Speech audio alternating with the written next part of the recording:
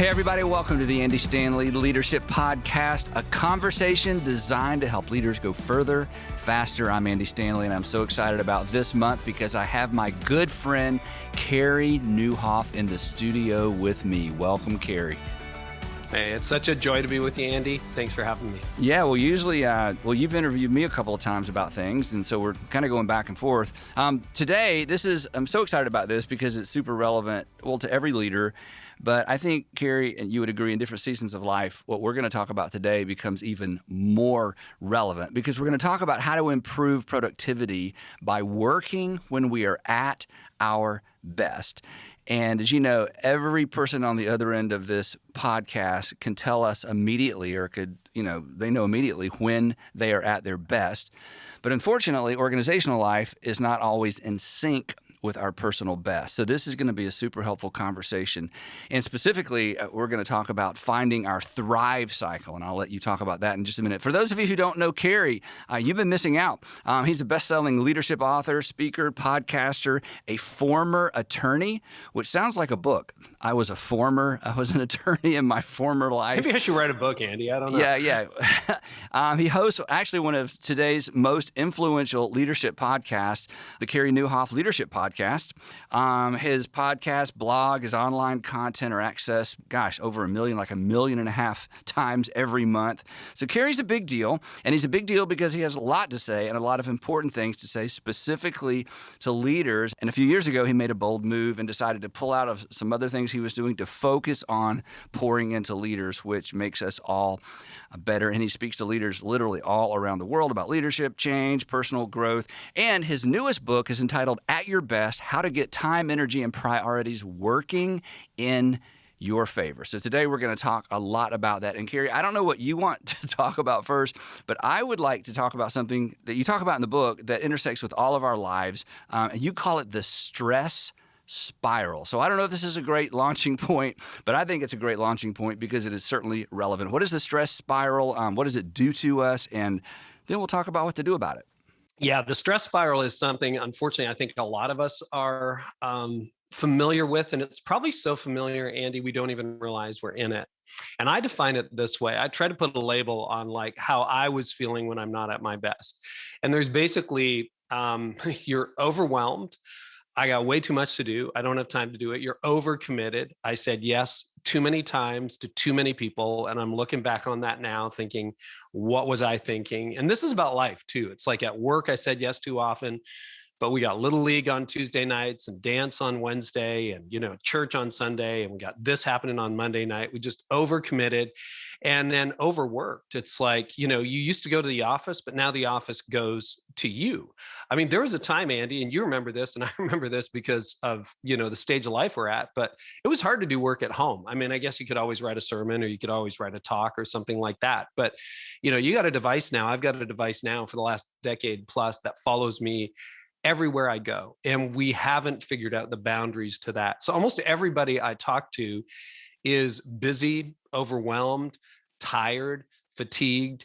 And that combination of overwhelmed, overworked, and overcommitted is what I call the stress spiral. And then when you deal with leaders, it gets worse because we're all a little bit ambitious, or we have dreams and desires. And what you hope for is more responsibility. And as your responsibility increases, you don't get more time. So now you've got to squeeze in, like you thought you were busy in college, right? What? There's no more, you don't get more time with more responsibility? It doesn't come with, and by the way, here's some more time to go with all that new responsibility. Unfortunately, it doesn't work that way. And we say yes anyway, right? Yeah. So, Yeah, then somebody says, here's some more responsibility without any more time and oftentimes no more pay. And we're like, yes, because, leaders love progress. It's very difficult for us to say no to something that even looks a little bit like an opportunity. So the stress spiral. That's the stress spiral. Yeah, and everybody knows exactly what you're talking about. So in the book, and what we're going to talk about for most of our time today is what you contrast it with, which is the Thrive cycle. So the stress spiral, we all know what that's like. The Thrive cycle. Before you define that, though, when you think about the stress spiral, when I was reading about what you said about that, I immediately thought about my personal response to stress. And it's not the same for everybody, right? It's not the same for everybody. So we both have pastoral backgrounds, and so much of our conversations with people, especially leaders, business leaders, oftentimes they get in trouble because of where they go with their or in their stress spiral, because they don't just go to I'm going to get it done, I'm going to get it done. When it's overwhelming, we go to unhealthy places. Has that been your experience? Not personally, or maybe personally? No, I'll tell you what I do. What do you do? Because I learned about this in the pandemic. I learned it from two mutual friends, Henry Cloud and Ian Morgan Cron. You know them both well. Yep. And I had conversations with them, and we were trying to unpack how everybody reacted to COVID. And I'm an 8. I'm an Enneagram 8. So what I did was I worked more. And I tried to get control over a world that was spiraling out of control and an economy that was spiraling out of control. And I remember telling Henry Cloud one day, I said, what I did is I reorganized my bookshelf and I made sure everything was color coded. And he said, well, that was super healthy. Yeah. But I also realized, okay, I have to declare a finish line at some point because I'm just going to commandeer this thing until and it's like work is good, but overworking is not good. So I kind of push myself back into the stress spiral. And I think that's what I do because I'm a control freak. 8 is control if you follow the Enneagram. So I will try to control things and I will try to work until the problem is fixed. You know what else I learned about 8s recently that helped me? And this is weird talking to you about this, and it's not even the topic, but in Ian's book, because I work with a lot of 8s, like a lot. And I like 8s because, you guys get stuff done. I don't. I'm a 1. I just want to make things better, even if it means making them smaller. But anyway, I learned that 8s, when they're confronting you and they're kind of in their 8 mode and they're arguing and pushing hard, that for them, that's intimacy. So it's so helpful because when the 8s get in my face, I'm thinking, oh, we're having intimacy, which is odd. I'd love to know where you go in your stress, Andy, because having followed your leadership for decades now, you tend to think, oh, Andy doesn't get stressed, but you probably do. Where does your stress go? So where I go, and this is a confession. I don't know that I've ever told anyone this, but I tell myself I can just quit. I don't have to do any of this stuff. Here comes Sunday. I can just say, I'm not coming. Hey, I've got this project due or this manuscript due. Hey, I can just call them and say, sorry, you're not going to get it. In my mind, the escape hatch is nobody can make me do any of this stuff, and I can just quit. And when I realize, wait a minute, I'm kind of doing this to myself. There is nobody making me do any of this stuff. It's like, well, I'm just going to do what I can do. And if they don't like it, I'll just quit. Now, I've never quit anything. I don't think I've quit anything since I dropped 2 classes in college and I felt like such a loser. I've never quit anything. But again, the point is we all have some sort of mental game we play, and sometimes the escape from stress is healthy. Sometimes it's not healthy. But to the point of your book, there is a better way, the Thrive Cycle. What is the Thrive Cycle? Well, first of all, can I just say thank you? Thanks for being so honest. That was so helpful to hear. And I've thought about quitting too. And you raised something about the stress spiral I want to touch on and then talk about the Thrive Cycle. We didn't get into it in the first answer, but one of the symptoms that you are in the stress spiral is you're constantly thinking of an escape. You always want to build a life that you want to escape from. So when I was burned out 15 years ago, my fantasy was I wanted to go stack boxes in a warehouse because, leadership's hard and people don't do what you tell them to do and organizations don't respond to cause and effect. So I'm like, if I go stack boxes at a warehouse, the pile was over here in the morning, in the afternoon, the pile's over there. That's why I like mowing my lawn, right? But you get into these escapist things. For some people, it could be, I'm just going to go live on the beach, or I'm going to go make lattes all day at a coffee shop.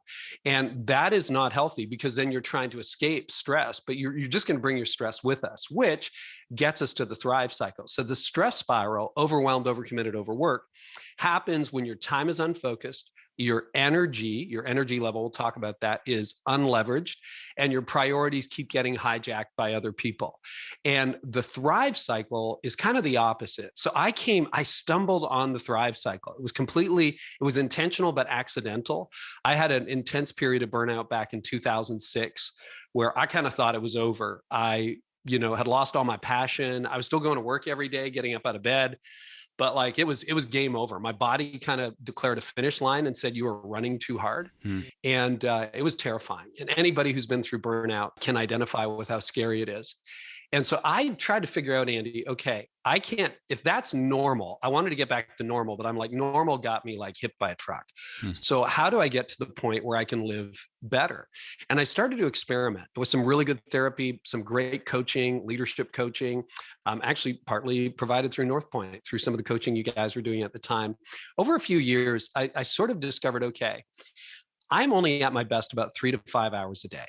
And that is, and subsequent research has confirmed that. So very short window where you're really at your best. And we can define that in a minute if you want. And what the Thrive Cycle does is it teaches you to do what you're best at when you're at your best. And you start to focus your time on those pivotal hours when you're really, you're sharp, you're clear, you're bright, you're thinking, you're in the flow, you're working. For some people, that's in the morning. For some, it's the afternoon. For some, it's in the evening.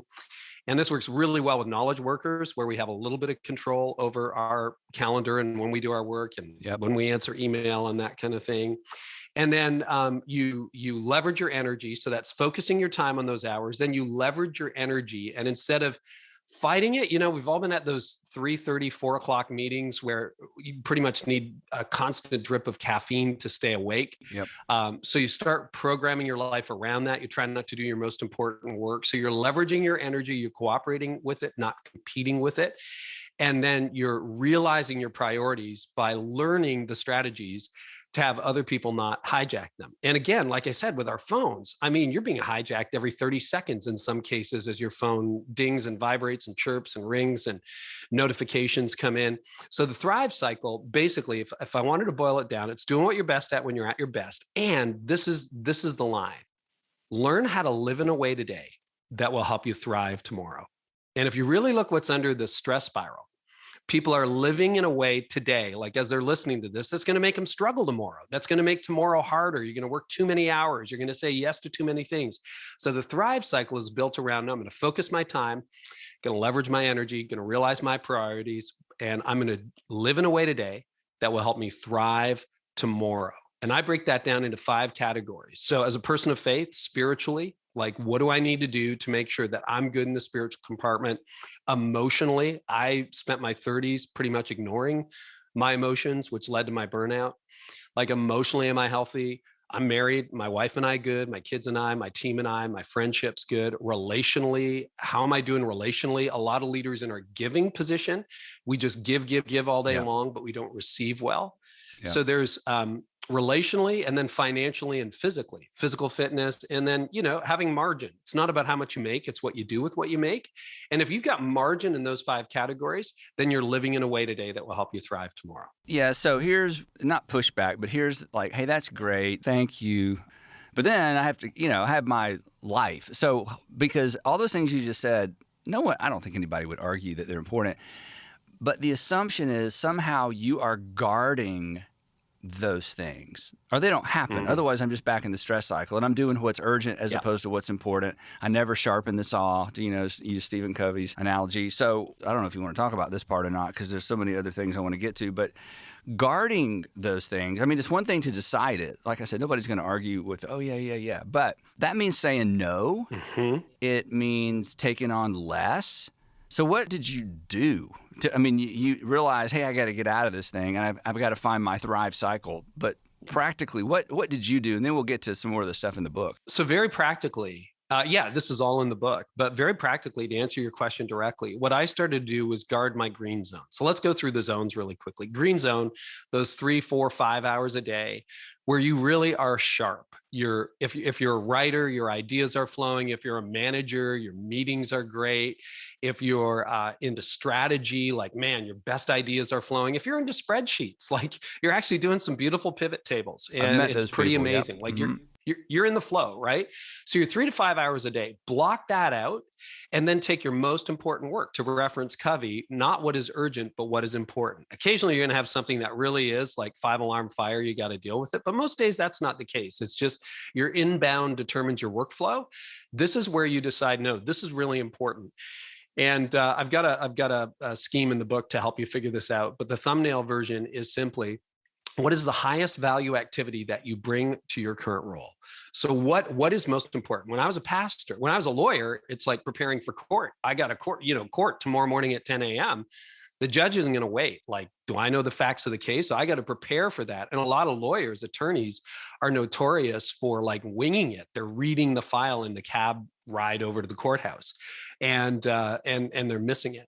And so I got to prep. When I was a preacher, you know this, Andy, it's that Sunday morning message. If you don't get that right, and if you don't get it done when you're at your best, it's not going to be great. And then because you're gifted at it, here's what we do, because we all have an area of gifting, whether that's communication or spreadsheet. Andy, I know you well enough to know if you had to give a talk at a national leadership conference, you could literally write it on the plane ride over or Thursday night at 6 o'clock and deliver it Friday morning at 9 a.m. And you know what? It would be good. It would probably be great. But I call that cheating your gift, because you're cheating your gift, but you're never developing it. You're not sharpening your saw. So if you want to be a better communicator, if you want to be a better leader, take those 3 to 5 hours, protect them at all costs, and do your best work. So that's the key. Now, what that does, that's like a lever that just kind of pushes everything else in your life. Because as you know, if that strategic retreat is all planned and ready to go, and your talk's finished and your message is done, you could go home at 11 o'clock and you're like, I think I accomplished everything I set out today. Now, the reason you don't go home at 11 o'clock, you got other stuff to do. You get paid for more than 3 or 4 hours a day, but your big rocks are moved. Yeah, but you've addressed the pressure point. You've addressed the pressure point. And for me, that's it. If I can address the pressure point. Because you're sitting in that meeting. Everything else is easy. It is easy. But if that's hanging over me all day, I'm distracted by everything and I'm not working in my green zone, to your point. For most leaders, don't we find our green zone is in the morning? Not everybody, but that's what I hear more often than not. I hear it anecdotally as in the morning, and I become a morning person, particularly since we had kids. Daniel Pink's research on that shows it's a little more divided than I would have thought. I found out from my team, I should have known this. I wrote the book and everything. It was at the publisher. I found out half my team is afternoon people. Now I have a pretty young staff. Yep. So some of them are pre-kids, but they really love the afternoon. And then you have the odd night owl. But the fun part about the dangerous part of knowledge work is you can start working at 6 a.m. if you want to, and you can keep going till 11 o'clock. But the fun part, if it's healthy, is you can start at 6 a.m. And I'm like 7 to 11 a.m. That's the peak of my green zone. Wow. That's when I'm going to produce the best content. Are you morning, Andy?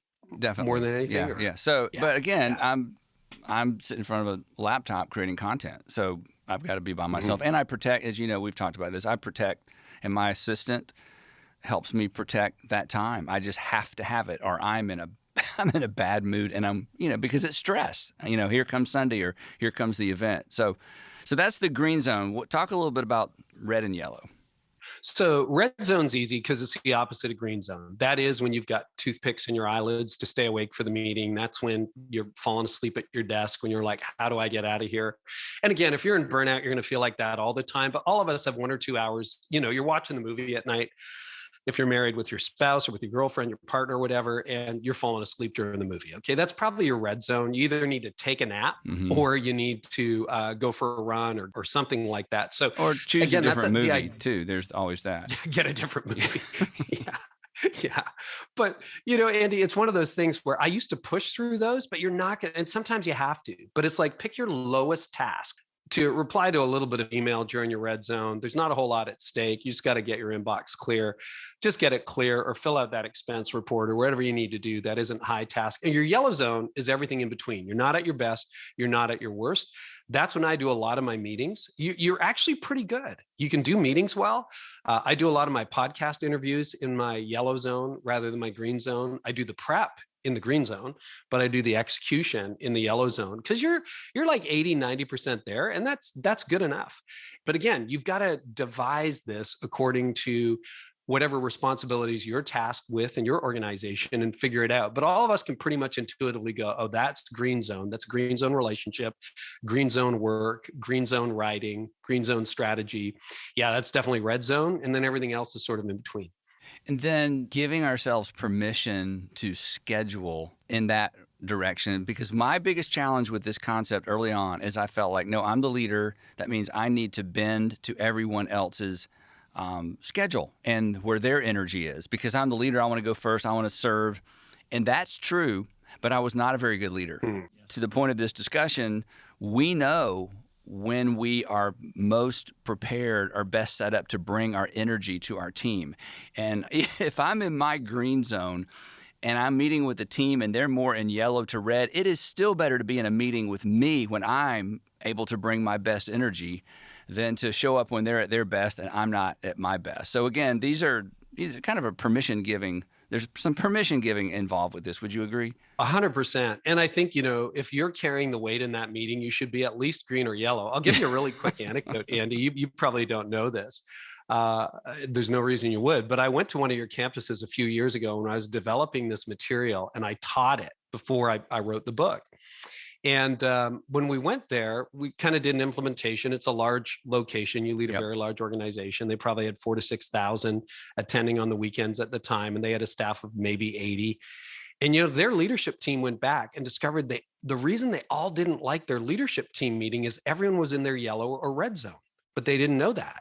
And so all they did was they moved it on the calendar to, 11 a.m. or noon or 2 or pick a time.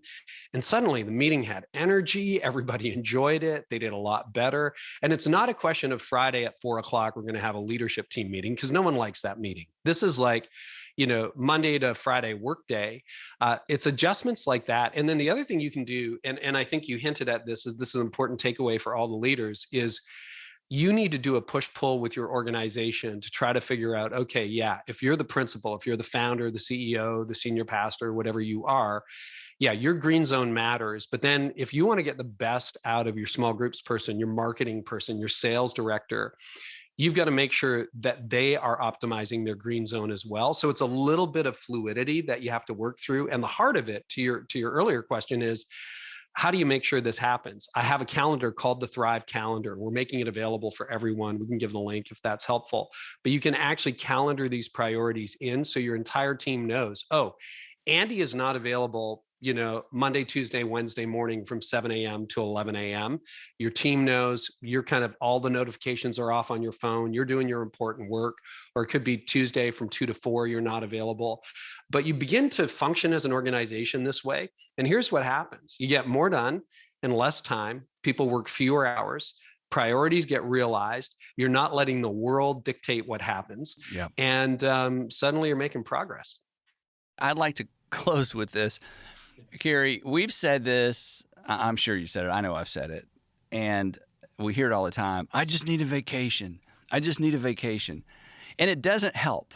I mean, I love vacation, but a vacation, there's not like a battery that I can charge on my vacation. Then when I get back, I've got all this extra energy because I went on a vacation. And vacations are very important, but they do not address what we're talking about, I don't think. So what's the relationship between I need a vacation and prioritizing what you do and when you do it? What's the connection? It's such a good insight, Andy, because it mischaracterizes the problem. See, the problem is not how we spend our time off. Yeah, okay, if you're cheating and doing email during your vacation, shame on you, don't do that, okay? But we've all taken real breaks, sometimes 2 weeks, 3 weeks, a month, and we're like, okay, we're back, right? And then first Monday back at 11 a.m., you get punched in the face by life and you're exhausted and you want another vacation. What is that? Here's the challenge. The challenge, time off will not heal you when the problem is how you spend your time on. Say that again. Time off won't heal you when the problem is how you spend your time on. Wait, Carey, that's amazing. Time off won't heal you when the problem is how you spend time on. That may have been worth listening to this entire podcast for that one statement. That's amazing. Time off won't heal you when the problem is how you spend time on. Yeah. And that's our problem, right? Because you can take 6 weeks off. And that's why you and I have talked about this before offline. I don't think you've done a sabbatical. I haven't done a full sabbatical. And I always thought in the back of my mind, sabbaticals don't work. And when I was researching and writing the book, finally the penny dropped. Most of the people we know take a sabbatical because they're burned out and exhausted. They go on some retreat, they take 3 months off, 6 months off, and then they're like, oh, I'm all better, I'm all healed. And then they come back and bam, they get punched in the face. And then they're gone. They quit their job, they switch careers, they do something 6 months to a year later because they can't take it, because what they addressed, maybe they took care of their soul or their life or their relationships or their money or whatever it was, but they didn't take care of their schedule. And life is a meat grinder unless you take control of it. So, if you have an unsustainable pace, a vacation is not an answer for an unsustainable pace. Feels like an interruption. A sustainable pace is the answer. Yeah. All right. Well, hey, that's all we have time for today. So to all of our listeners, we want to thank you for joining us. And I would invite you to check out Carey's new book, At Your Best: How to Get Time, Energy, and Priorities Working in Your Favor. And you can find that book wherever books are sold. And be sure to visit andystanley.com, and you'll be able to download the Leadership Podcast application guide that actually includes a summary of our discussion today with some questions for reflection. And if you're leading your team or a small group through this content, that download will help you with that as well. And be sure to join us next month on the Andy Stanley Leadership Podcast. We'll see you next month.